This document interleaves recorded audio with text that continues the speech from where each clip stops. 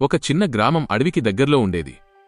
ఆ గ్రామానికి ఒక పులి భయం రోజురోజుకీ పెరుగుతూ అక్కడి ప్రజల జీవితం నరకంగా మారింది.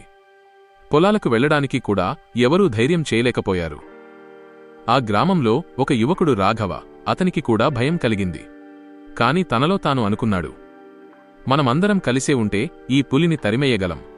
కాని ఎవరో ఒకరు ముందడుగు వెయ్యాలి. ఒక రాత్రి పులి మళ్లీ గ్రామంలోకి వచ్చింది. ప్రజలంతా భయంతో ఇళ్లలో తలుపులు మూసుకున్నారు. కాని రాఘవ మాత్రం వెనకడుగు వెయ్యలేదు. ఒక మంటల కర్రను గట్టిగా పట్టుకుని అతను పులి ఎదుట నిలబడ్డాడు. పులి గర్జించుకుంటూ రాఘవ పైకి దూసుకొచ్చింది. కాని రాఘవ ఆగలేదు, వెనక్కి తగ్గలేదు. ఆ జ్వాలల కర్రతో ధైర్యంగా దాడి చేశాడు.